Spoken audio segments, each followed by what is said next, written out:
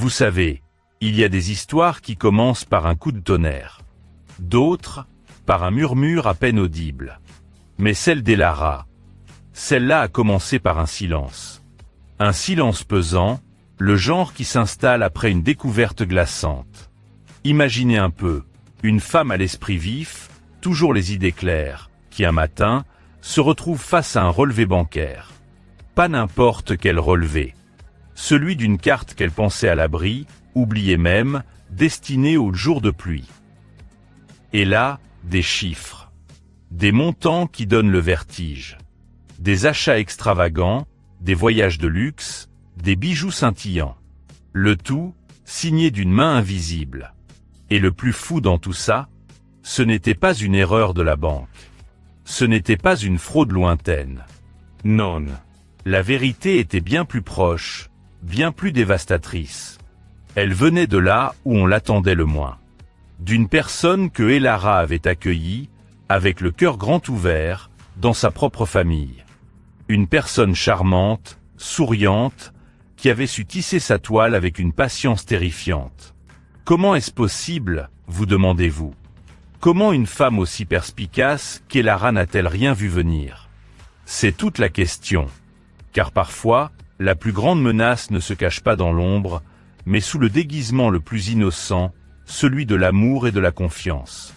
Préparez-vous à plonger dans un récit où chaque sourire cache un secret, où chaque geste affectueux est un pion sur un échiquier, et où la vérité est bien plus complexe et explosive que n'importe quelle fiction. Accrochez-vous, car cette histoire va vous prouver qu'on ne connaît jamais vraiment ce qu'on pense connaître. Et ce qui va se dérouler dépasse l'entendement.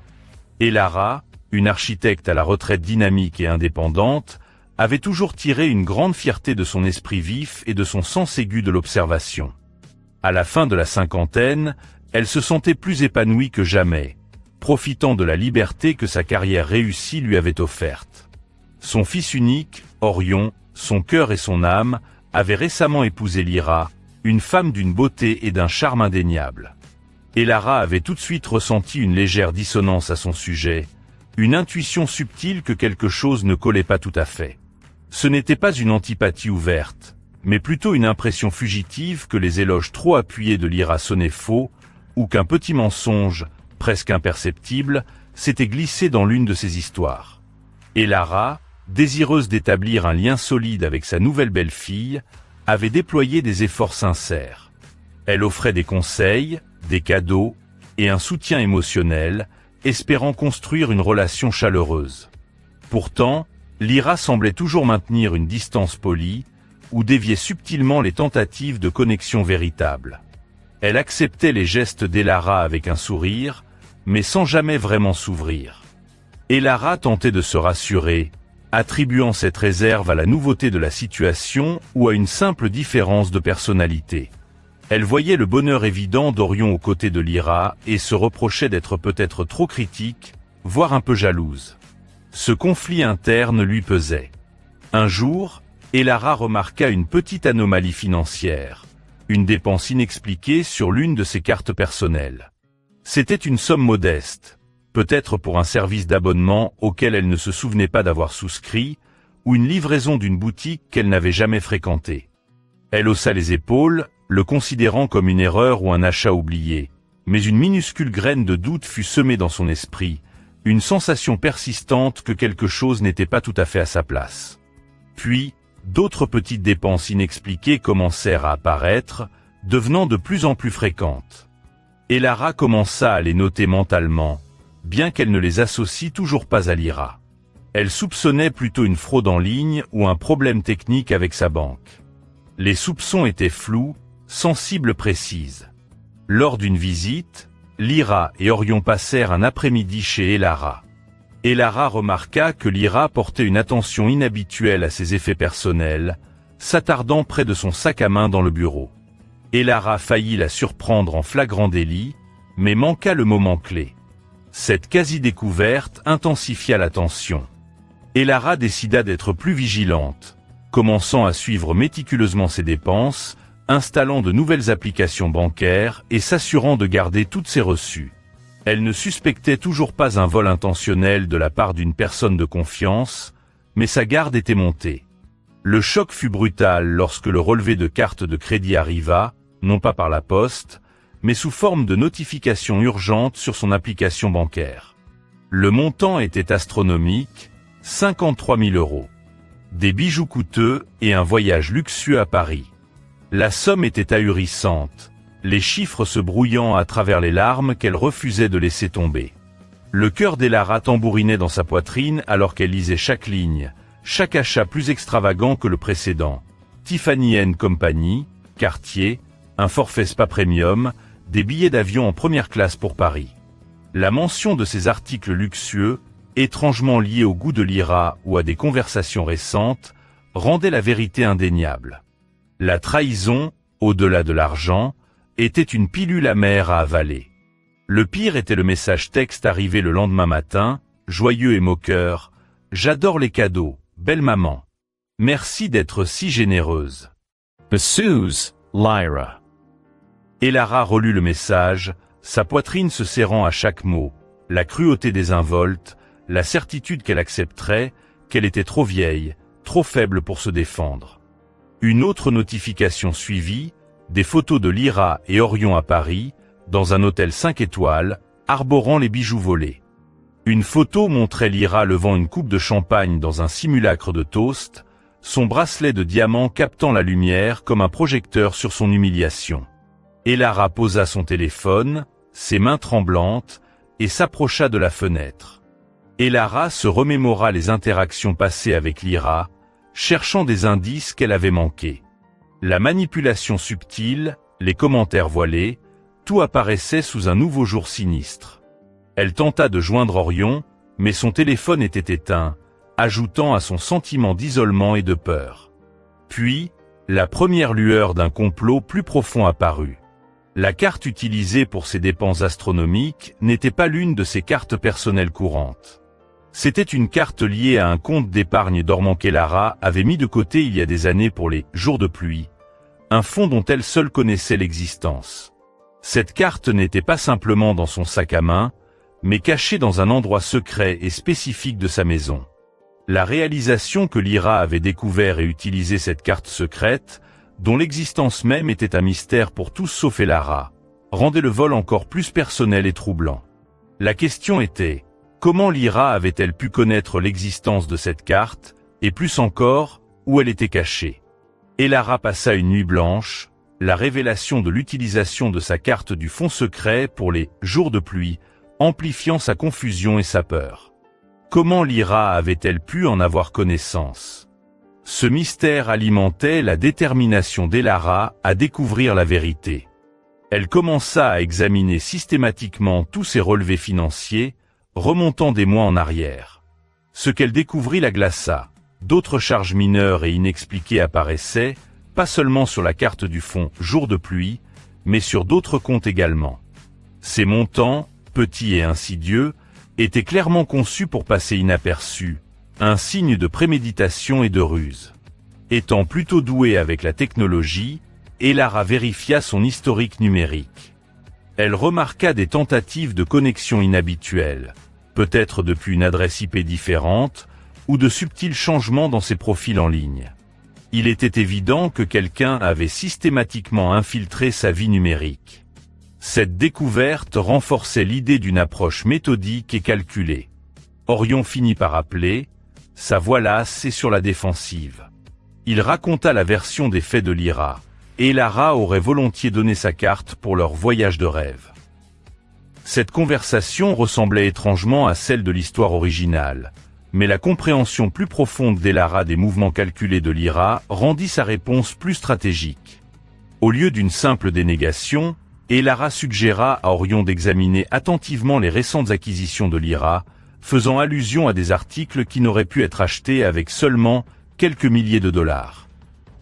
Elle utilisa des détails précis tirés des réseaux sociaux de Lyra ou d'objets qu'elle avait vus en personne, comme un nouveau sac à main de luxe ou des boucles d'oreilles scintillantes qu'elle n'avait jamais vues auparavant. Elara termina l'appel, laissant Orion méditer ses paroles.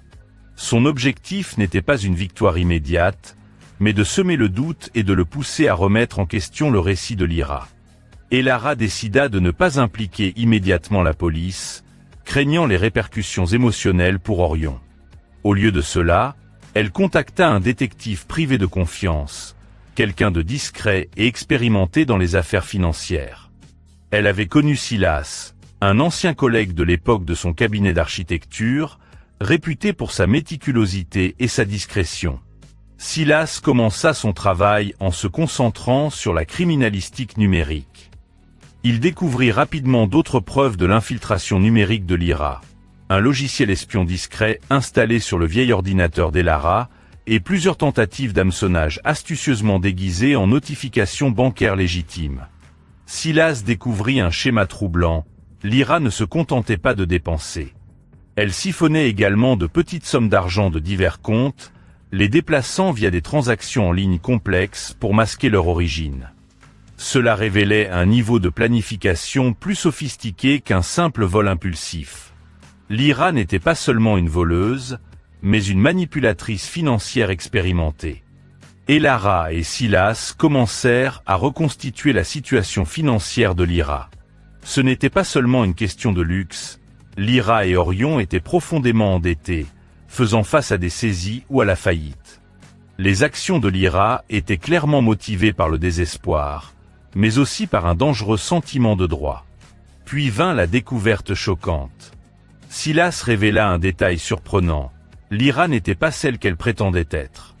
Son passé familial, son éducation, et même ses emplois précédents étaient fabriqués de toutes pièces. Elle avait un historique de situations de détresse financière similaires, qui se terminait toujours par quelqu'un d'autre qui payait la note ou subissait les conséquences. Elara réalisa avec effroi que Lyra était une escroc professionnelle, ciblant systématiquement des individus fortunés, souvent des personnes âgées ou récemment veuves, en gagnant leur confiance avant de vider leurs biens. Ce n'était plus seulement une question d'argent, c'était une profonde tromperie, une menace directe pour Orion. Elara se débattit avec la question de savoir comment annoncer la vérité à Orion.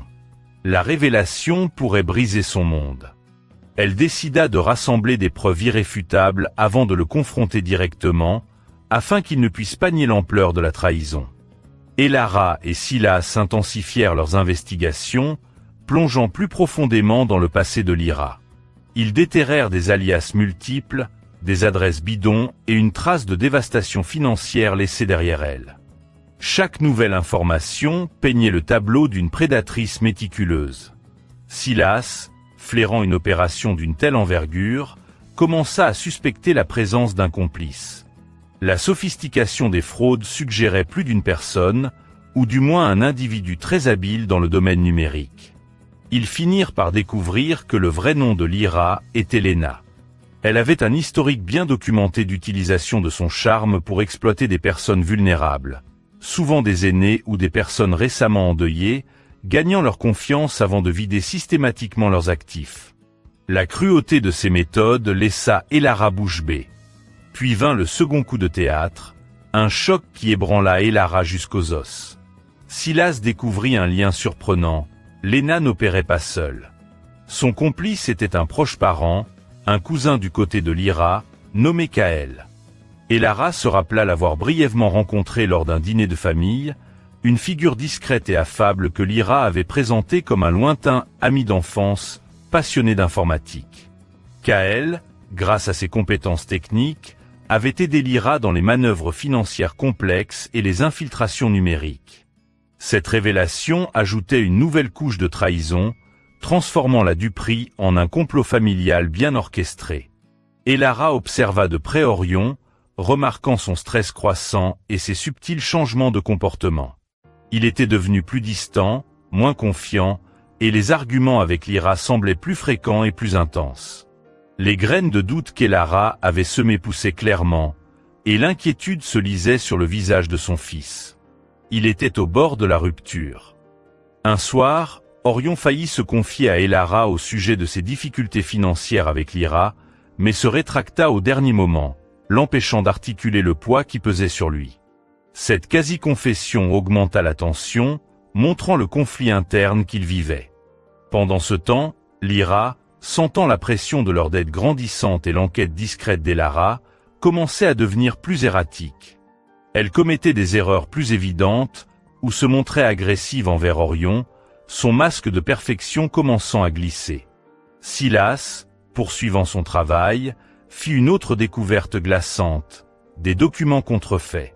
Des testaments et des procurations avaient été préparés par Lyra, prêts à être découverts si la santé ou l'état mental d'Elara venait à décliner. Ces papiers garantiraient à Lyra le contrôle total des biens d'Elara. C'était la preuve irréfutable que Lyra n'avait pas seulement l'intention de voler, mais de prendre le contrôle total de la vie d'Elara sur le long terme. Armée de preuves indéniables de la véritable identité de Lyra, Lena, de son complice Kael et de son plan à long terme, Elara décida qu'il était temps de tendre un piège. Elle consulta Silas pour élaborer un plan visant à exposer Lyra sans causer de dommages irréparables à Orion, sachant à quel point la vérité le briserait. Elara décida d'utiliser un appât irrésistible.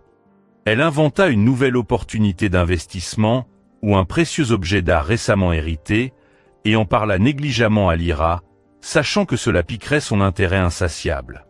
Comme prévu, Lyra, mue par la cupidité et le désespoir, mordit à l'hameçon, initiant des conversations et des actions qui l'incriminèrent davantage.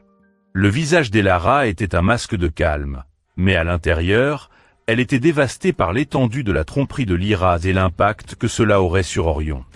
Elle pleurait la perte de la belle-fille qu'elle avait espérée. Elara commença à planifier une réunion de famille, invitant Orion et Lyra, ainsi que quelques membres de la famille ou amis de confiance qui pourraient servir de témoins au drame qui allait se dérouler, sans qu'ils ne connaissent l'intégralité du plan. Elle préparait le terrain pour la confrontation finale, un acte de bravoure et de stratégie. La réunion de famille commença avec une tension palpable, flottant lourdement dans l'air comme un orage imminent. Entre Orion et Lyra, le courant ne passait plus, leurs interactions tendues et forcées. Elara les observait attentivement, son cœur de mère serré, mais son esprit d'architecte planifiant chaque mouvement. Elle jouait son rôle à la perfection, celui de la mère un peu oublieuse mais toujours bienveillante, ponctuant la conversation de commentaires qui, pour un œil non averti, semblaient anodins, mais qui, en réalité, préparaient le terrain pour la révélation. Elle laissa échapper des allusions subtiles sur le fait de mettre ses affaires en ordre ou de réexaminer de vieux investissements, semant des indices que seule Lyra, avec sa soif insatiable, capterait. Lyra, aveuglée par son arrogance et sa confiance excessive dans la réussite de son plan, devint plus audacieuse. Elle ne put s'empêcher de lancer des remarques passives-agressives sur l'âge d'Elara ou sur sa générosité un peu désordonnée, croyant qu'elle consolidait son récit d'une femme âgée et dépendante. Elara sourit en retour, un sourire qui ne trahissait rien de la tempête qui se préparait. Elara dirigea habilement la conversation vers les finances. Elle parla de la nouvelle opportunité d'investissement qu'elle avait découverte, un faux placement alléchant qu'elle avait mis au point avec Silas, où elle évoqua la valeur inestimable d'une antique pièce d'art, fraîchement découverte, dans le grenier de Harold. Lyra, immédiatement, montra un intérêt vorace, ses yeux pétillants de cupidité. Elle posa des questions précises, calculées, tentant de jauger le potentiel de cet appât. Le piège était sur le point de se refermer. Elara sortit des documents d'apparence innocente liés à ce faux actif. Un relevé bancaire factice avec des chiffres impressionnants, ou un rapport d'évaluation d'experts falsifié. Lyra, avide de prendre le contrôle, s'empressa d'offrir son aide à Elara pour gérer cet investissement. Elle fit des déclarations incriminantes sur son expertise en matière financière et son désir de protéger Elara de toute confusion, ces mots résonnant de fausses sollicitudes. Juste au moment où Lyra allait faire une démarche définitive ou une déclaration finale, Elara introduisit calmement Silas, non pas comme détective privé, mais comme un consultant financier qu'elle avait récemment engagé pour l'aider à organiser ses affaires. Silas, avec un professionnalisme impeccable, commença à exposer subtilement les divergences dans les conseils financiers de Lyra. Il mentionna les références impressionnantes de Lyra, puis, avec une précision chirurgicale, il laissa tomber une information cruciale. « Madame Lyra, dit Silas d'une voix neutre, Votre dossier fait état d'un diplôme en finance de l'Université de Valois. Cependant, après vérification, cette université n'a jamais proposé de programme de finance sous ce nom. Le troisième coup de théâtre frappa Lyra de plein fouet.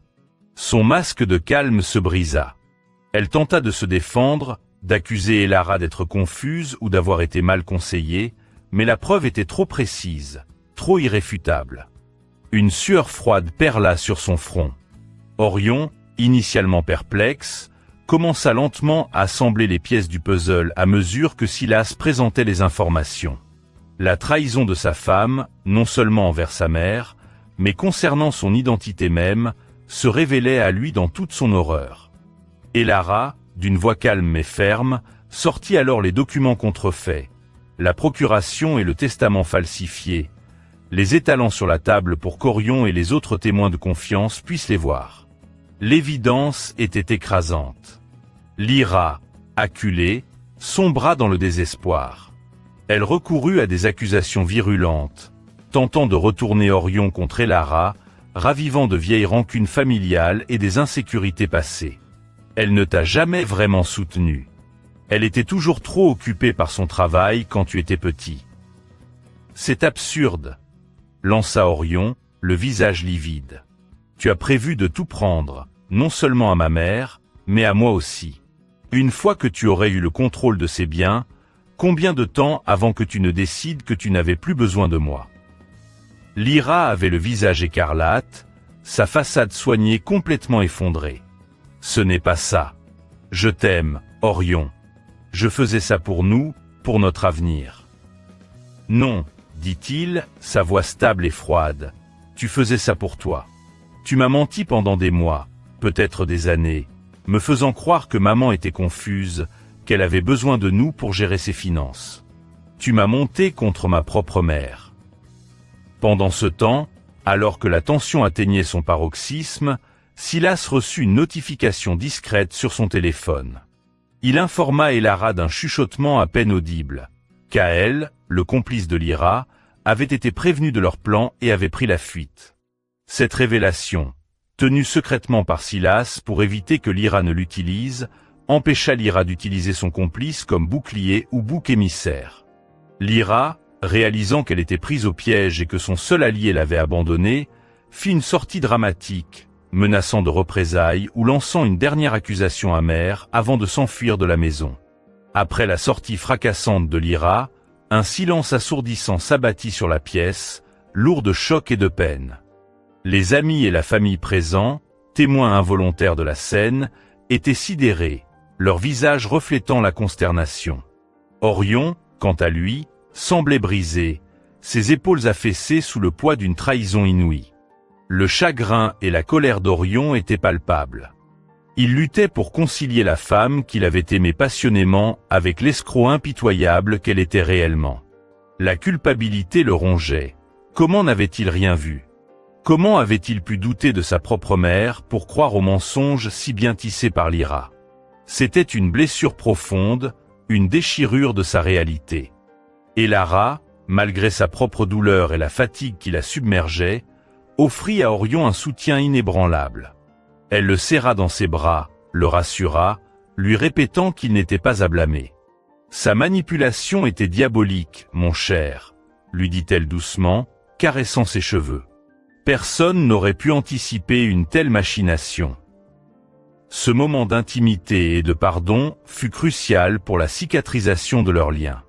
Avec l'aide de Silas, Elara exposa les démarches légales qu'ils allaient entreprendre contre Lyra.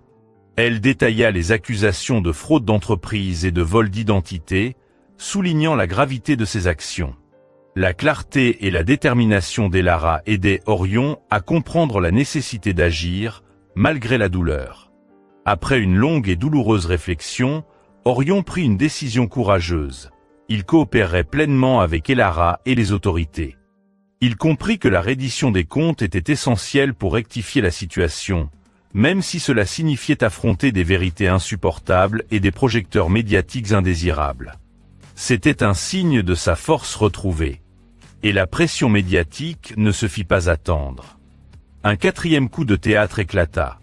L'histoire de la fraude élaborée, impliquant une famille apparemment respectable, commença à filtrer dans les médias locaux. Cependant, grâce à la gestion minutieuse d'Elara et de Silas, le récit se concentra sur la sophistication de la fraude et la résilience d'Elara, plutôt que sur le chagrin d'Orion.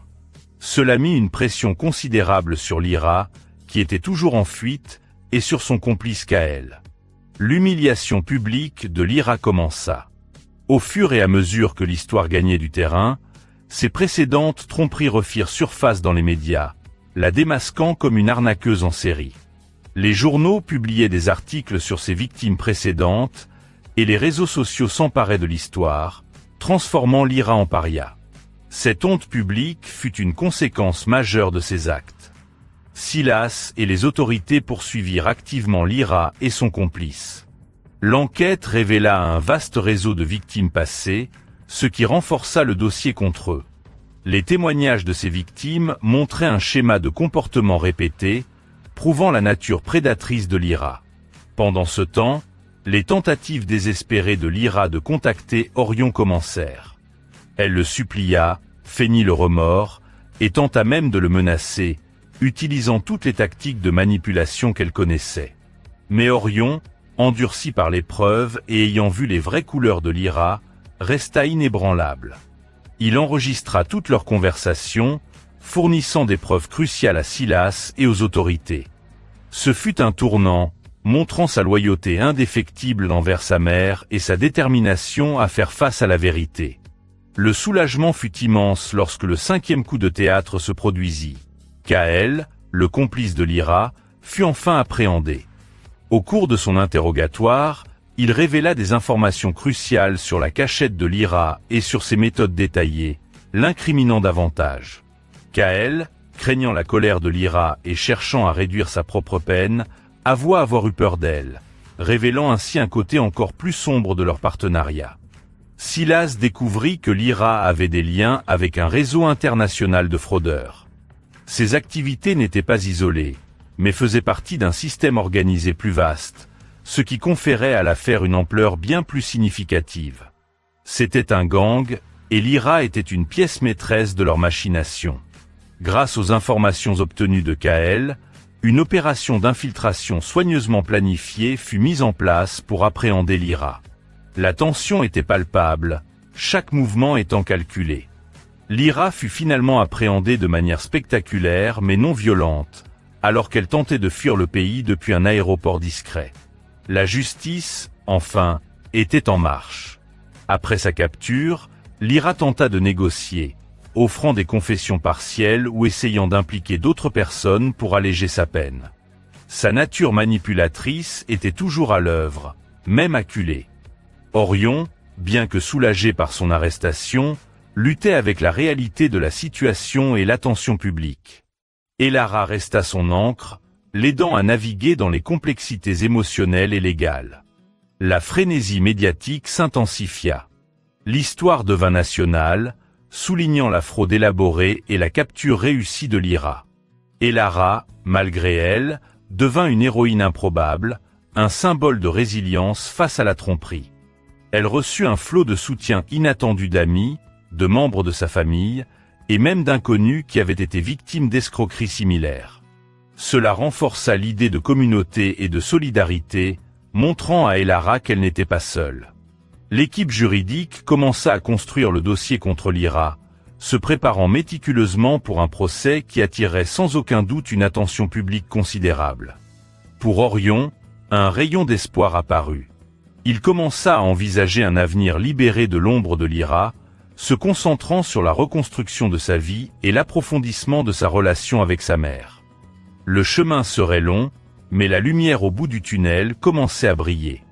Le filet se resserrait implacablement autour de Lyra et de son complice, Kaël. Silas et les autorités étaient sur leurs talons, chaque nouvelle piste les rapprochant de la vérité. Ils déterrèrent un réseau tentaculaire de victimes passées, des individus de tous horizons, du veuf vulnérable à l'entrepreneur naïf, tous escroqués avec la même ruse calculatrice.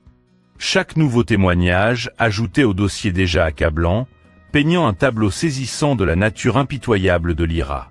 Lyra, maintenant une fugitive traquée, sentit l'étau se resserrer. Dans un acte de désespoir calculé, elle tenta de contacter Orion. Son message était un mélange toxique de supplication et de manipulation, parsemé de faux remords. « Mon amour, je suis perdu sans toi. Aide-moi, s'il te plaît. Ce n'était pas ma faute, j'ai été forcé. » Puis, la menace voilée. « Si tu ne m'aides pas, tout le monde souffrira, y compris ta chère mère. » Mais Orion, qui avait traversé les flammes de la trahison, n'était plus le jeune homme naïf qu'elle avait manipulé. Sa résolution était inébranlable. Il enregistra chaque appel, chaque message, fournissant des preuves inestimables à Silas et aux autorités. Ce revirement de situation fut un témoignage poignant de sa croissance et de sa loyauté retrouvée envers Elara. Le 5e coup de théâtre survint avec l'arrestation de Kaël, le complice de Lyra. La nouvelle fut un soupir de soulagement pour Elara et Orion. Lors de son interrogatoire, Kaël, craignant de longues années de prison et cherchant à alléger sa propre peine, révéla des informations cruciales sur la cachette de Lyra et les détails macabres de leur méthode. Il avoua avoir été terrorisé par Lyra, décrivant une femme froide et calculatrice, bien plus intimidante que ce qu'elle laissait paraître. Il dépeignit Lyra comme le cerveau de l'opération, celle qui tirait les ficelles, tandis que lui n'était qu'un exécutant. Silas, grâce aux informations de Kaël, découvrit que Lyra avait des liens avec un vaste réseau international de fraudeurs. Ces activités n'étaient pas des incidents isolés, mais faisaient partie d'une entreprise criminelle organisée de grande envergure. L'affaire prenait une toute nouvelle dimension, passant du simple vol à une affaire de criminalité transnationale, ce qui la rendait encore plus significative aux yeux des autorités fédérales. Avec les renseignements capitaux obtenus de Kaël, une opération d'infiltration minutieusement planifiée fut mise en place pour appréhender Lyra. Chaque détail était chorégraphié avec précision, de l'interception de communications chiffrées à la surveillance physique. La tension était à son comble. La capture de Lyra fut dramatique, mais non violente. Elle fut appréhendée alors qu'elle tentait de fuir le pays depuis un petit aéroport privé, sur le point de monter à bord d'un jet affrété. Elle était sur le point de disparaître, d'effacer ses traces une fois de plus. Mais cette fois, le destin en avait décidé autrement. La justice, après des mois de traque, était enfin rendue. Après sa capture, Lyra, même acculée, tenta de négocier. Elle offrit des confessions partielles, essayant d'impliquer d'autres membres du réseau ou de minimiser son rôle pour obtenir une peine plus clémente. Sa nature manipulatrice était toujours à l'œuvre, même derrière les barreaux. Elle essaya de se victimiser, de blâmer Kaël, de rejeter la faute sur les circonstances, mais ses tentatives sonnaient creux. Pour Orion, l'arrestation de Lyra fut un soulagement teinté de douleur. Il luttait avec la réalité de la situation et l'attention publique incessante. Les journalistes l'approchaient, les caméras le suivaient. Mais Elara, telle une forteresse inébranlable, resta son ancre. Elle l'aida à naviguer dans les eaux troubles des émotions et des procédures légales, le protégeant du mieux qu'elle pouvait des requins médiatiques. La frénésie médiatique s'intensifia. L'histoire de la fraude élaborée et de la capture réussie de Lyra fit la une des journaux nationaux et devint un sujet brûlant dans les émissions d'actualité. Elara, malgré elle, fut propulsée au rang d'héroïne inattendue, un symbole de résilience et de courage face à la tromperie. Son histoire résonnait auprès du public, offrant un espoir à d'autres victimes. Contre toute attente, Elara reçut un flot d'un soutien inattendu.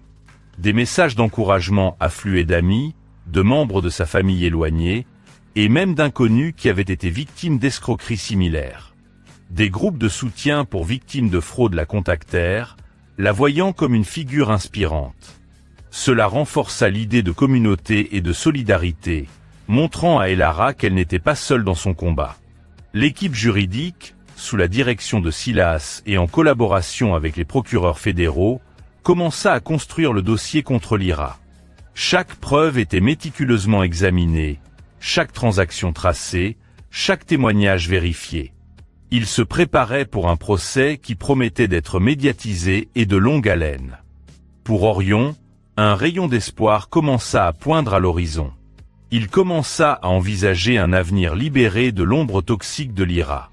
Il se concentra sur la reconstruction de sa vie, reprenant des études qu'il avait abandonnées, et consacrant plus de temps à sa relation avec Elara.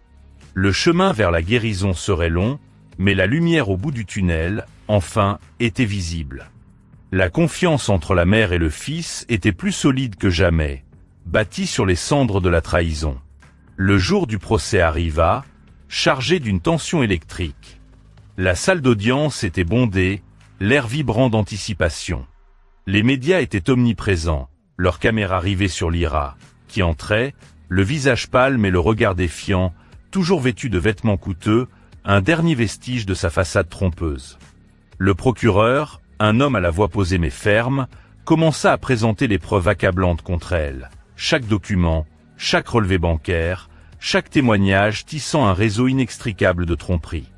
Lyra, assise à la table de la défense, tentait de garder une contenance, mais on percevait une nervosité sous-jacente alors qu'elle écoutait le défilé de ses propres mensonges. Elle tentait de se présenter comme une victime des circonstances, une femme naïve égarée par un complice, ou même une innocente piégée par des accusations sans fondement, mais ces dénégations sonnaient creuses face à la montagne de preuves. Elara fut appelée à la barre. D'une voix claire et assurée, elle prêta serment, son regard rempli de dignité et de résilience. Son témoignage fut poignant, puissant et articulé. Elle ne se contenta pas de détailler le vol financier. Elle décrivit avec précision la manipulation émotionnelle, l'érosion systématique de la confiance, les micro-agressions qui avaient sapé son moral.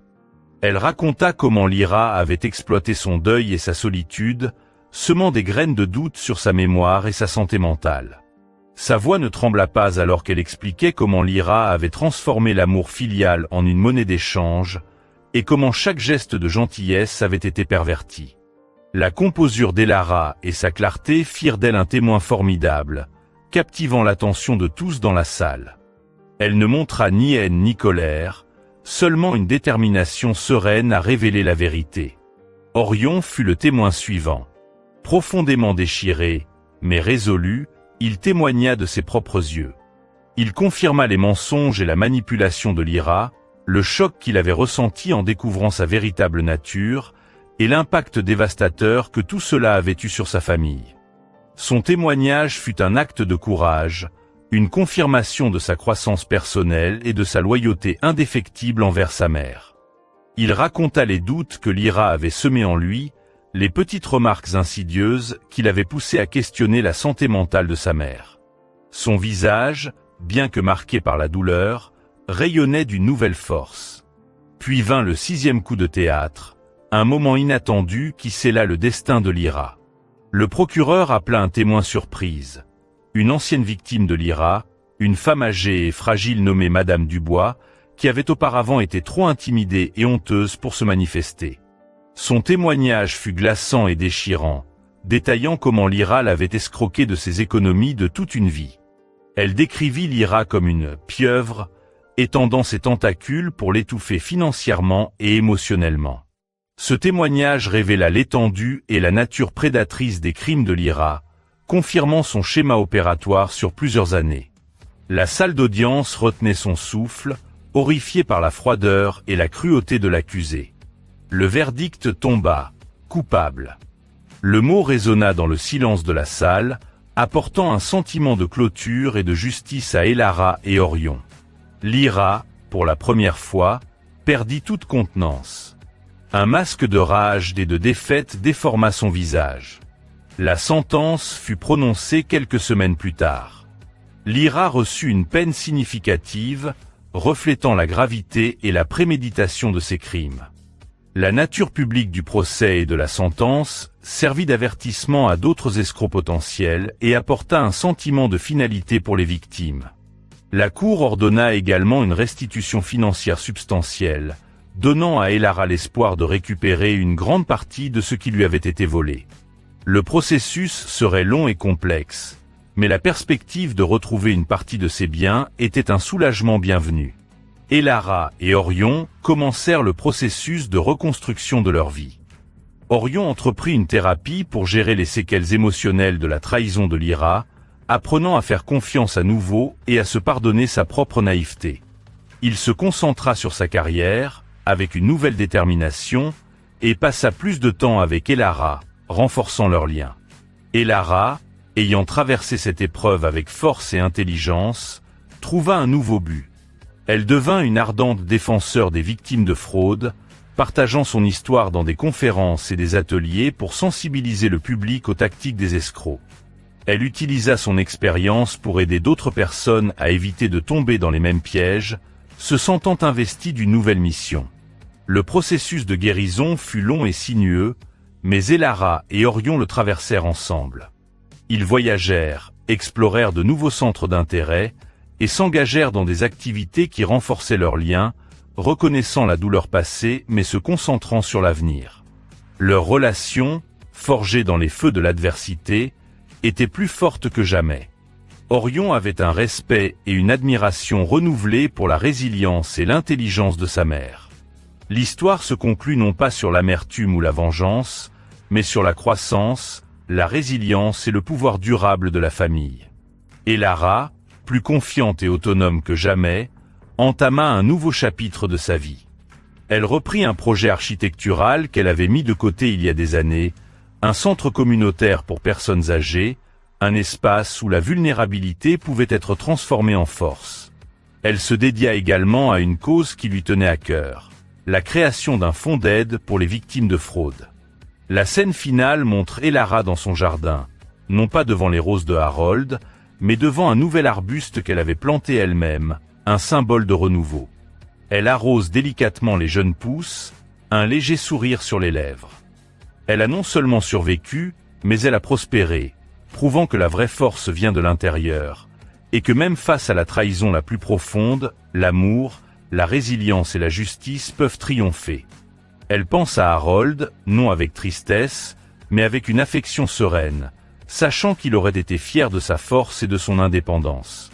Elle regarde la caméra, ses yeux pétillants de sagesse et de sérénité, et dit « La vie nous jette parfois des défis inattendus, mais c'est dans notre capacité à nous relever, à apprendre et à nous réinventer que réside notre véritable force.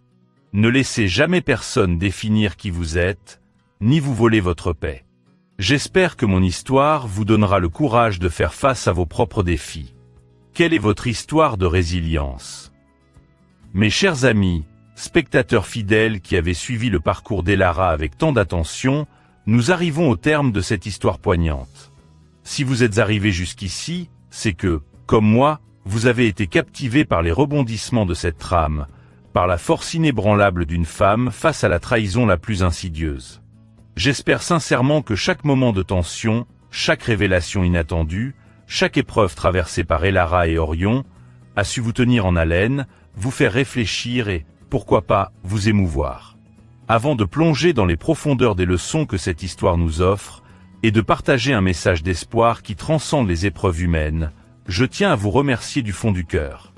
Votre présence, votre engagement, sont la raison d'être de ces récits. Si cette histoire a résonné en vous, si elle vous a appris quelque chose, si elle vous a diverti, alors je vous invite chaleureusement à laisser un « like » sur cette vidéo.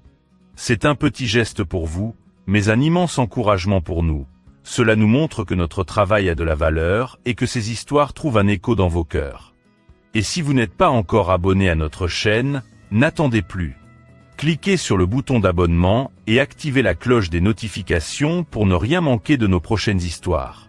Chaque nouvel abonné est une étincelle qui alimente notre passion et nous permet de continuer à créer du contenu qui, nous l'espérons, vous apportera toujours plus de réflexion et d'émotion. Alors, quelles leçons pouvons-nous tirer de cette saga, de cette confrontation entre la lumière de la vérité et l'ombre de la tromperie?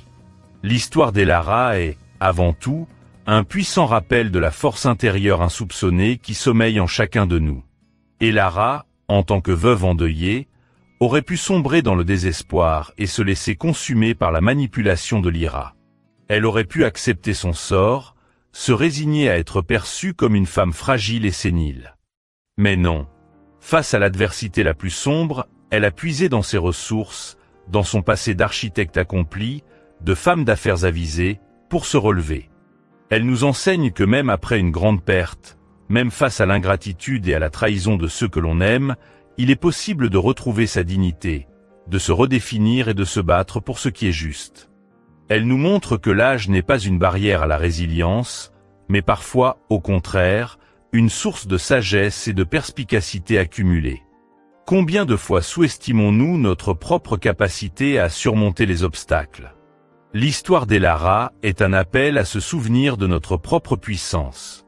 Une autre leçon cruciale est celle de la vigilance et de la confiance placée à bon escient. L'un des aspects les plus déchirants de cette histoire est la façon dont Lyra a exploité le désir sincère d'Elara de construire une relation familiale solide. Elara, dans sa bonté, a ouvert sa maison et son cœur, et cette ouverture a été cyniquement exploitée. Cela ne signifie pas que nous devions vivre dans la paranoïa, loin de là. Mais l'histoire nous rappelle l'importance de l'intuition, ce sixième sens qui parfois murmure quand quelque chose ne va pas, même lorsque tout semble parfait en surface. Lyra était une maîtresse de la dissimulation, une experte en manipulation. Mais les petites incohérences, les mensonges subtils, les attentions excessives et parfois creuses qu'Elara a perçues dès le début étaient des signaux d'alarme. Nous devons apprendre à écouter ces voix intérieures, à ne pas ignorer les drapeaux rouges, même lorsqu'ils sont peints de couleurs attrayantes. La confiance est un cadeau précieux, et il doit être offert avec discernement, même, et surtout, à ceux qui entrent dans notre cercle intime. L'histoire nous pousse à être attentifs au comportement, pas seulement aux mots, et à ne pas laisser notre désir de paix ou notre affection nous aveugler face à la réalité. La force des liens familiaux, même mis à l'épreuve, est un thème central. La relation entre Elara et Orion est passée par des montagnes russes émotionnelles. Lyra s'est efforcée de semer la discorde entre eux, de retourner le fils contre sa mère, utilisant les faiblesses et les insécurités de chacun. Orion, aveuglé par l'amour et la manipulation, a un temps douté de sa mère, et cela a été un coup dur pour Elara. Cependant, l'amour authentique et la vérité ont fini par triompher. La persévérance d'Elara a démasqué Lyra, non pas par vengeance, mais pour protéger son fils, a finalement ouvert les yeux d'Orion. Sa repentance et sa décision de se tenir aux côtés de sa mère dans l'adversité ont renforcé leur lien comme jamais auparavant. Cette histoire nous rappelle que même lorsque la famille est mise à rude épreuve par des forces extérieures, la vérité et l'amour peuvent panser les blessures et reconstruire des ponts plus solides. Elle nous encourage à ne jamais abandonner ceux que nous aimons, même quand ils semblent égarés, et à toujours chercher à restaurer la confiance et la compréhension mutuelle. Enfin, l'histoire d'Elara est une ode à la justice et à la responsabilité. Lyra pensait pouvoir agir impunément, se cachant derrière son charme et la vulnérabilité perçue d'Elara.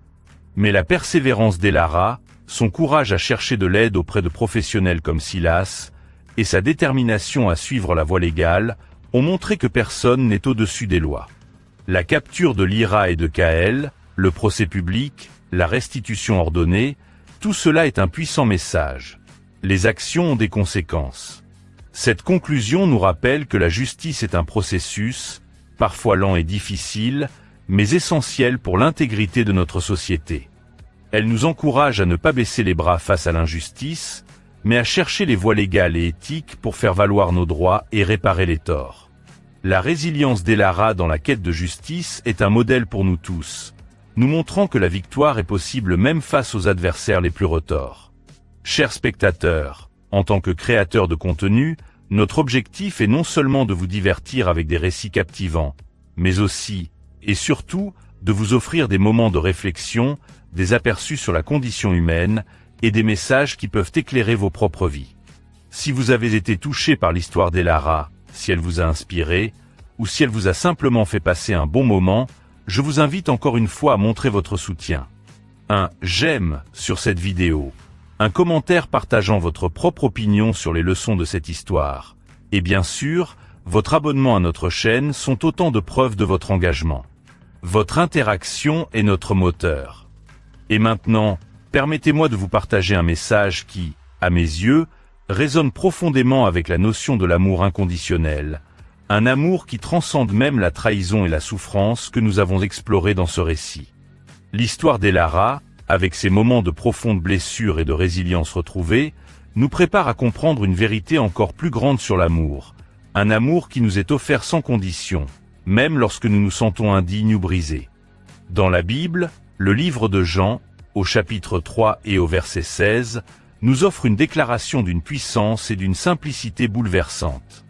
Il est écrit « Car Dieu a tant aimé le monde qu'il a donné son Fils unique, afin que quiconque croit en lui ne périsse point, mais qu'il ait la vie éternelle. » Ces mots sont bien plus qu'une simple phrase. Ils sont le cœur battant d'un message d'espoir qui s'adresse à chacun d'entre nous, peu importe nos expériences, nos blessures ou les erreurs que nous avons commises.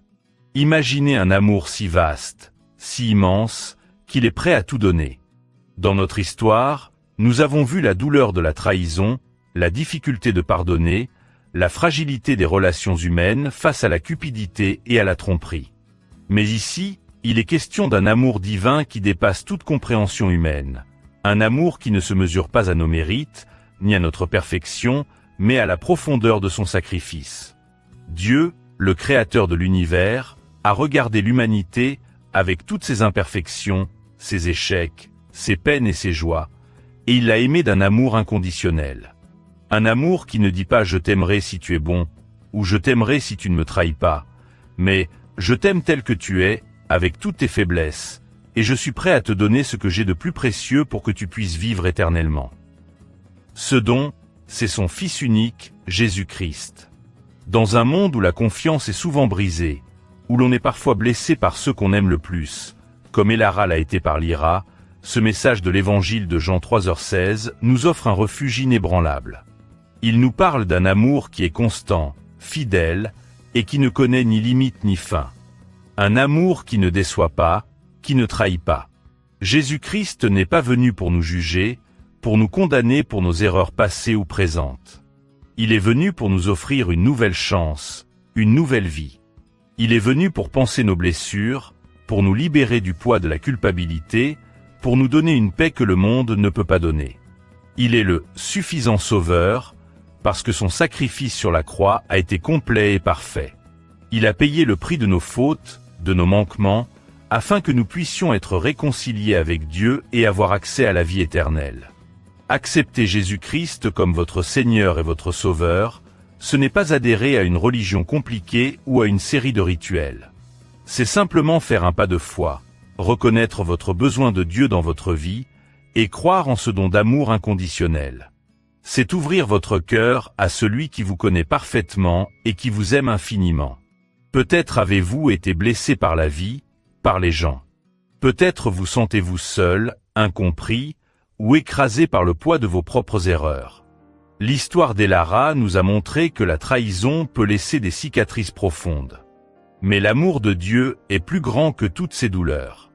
Il est la source de la vraie guérison, de la vraie liberté.